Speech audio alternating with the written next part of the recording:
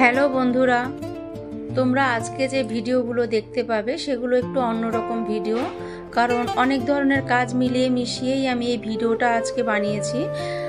প্রত্যেকটা সময় তোমাদের শুধু হেয়ার কাটিং বা শুধু এক ধরনের ভিডিও দেখাই, কিন্তু এর মধ্যে তোমরা দেখতে পাবে অনেক ধরনের কাটিং, ন্যানো, স্পা, পিয়ার্সিং, সব ধরনের।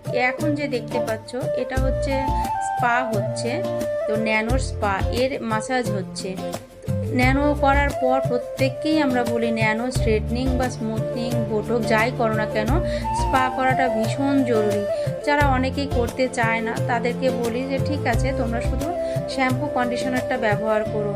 আর মাসাজের পর যেরকম অ্যাকচুয়ালি এই স্পা করার পর কি হয়, চুলটা যেমন হেলদি থাকে, আর স্পা করলে আমাদের মাসাজে মাথায় যখন মাসাজটা পড়ে তখন আমাদের স্ক্যাল্পটাও খুব হেলদি হয়।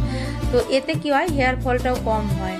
এখন যে দেখতে পাচ্ছ এটা হচ্ছে পিয়ার্সিং করতে এসে মেয়েটি ভীষণ ভয় পেয়েছিল, ভেবেছিল করবে কি করবে না, কিন্তু যখন বসে গেছে চেয়ারে তারপরে সে ভাবলো না করেই নি। কিন্তু আমি ভাবলাম লেগেছে, ও যেরকম এক চোখ দিয়ে ওর জল বেরিয়ে গেছে, বলছে না আন্টি আমার সেরকম খুব একটা লাগেনি, আমি অতটাও ভয় পাইনি। তো যাই হোক, দেখেও আমার ভালো লাগলো যে ও অতটাও ভয় পায়নি। কিন্তু এখন যেটা দেখবে তোমরা, ন্যানো করেছে, ন্যানোপ্লাস্টিয়া। প্রথমের চুলটা তোমাদের দেখাতে পারছি না, ভিডিওতে নেই, কিন্তু পরের চুলটাই দেখাচ্ছি। দেখো তোমরা, সিল্কি, শাইনি, স্মুথ, কতটা ভালো রেজাল্ট এসছে চুলে, তোমরা দেখলেই বুঝতে পারবে।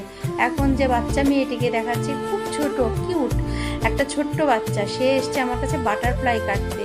তো প্রত্যেককেই আমরা বলি যে কাটার আগে কিন্তু একটা করে শ্যাম্পু আমাদের এখান থেকে করে নিলে তোমাদের ব্লো ড্রাই করতেও আমাদের সুবিধা হয়, আর কাটিংটাও ভীষণ ভালো হয়।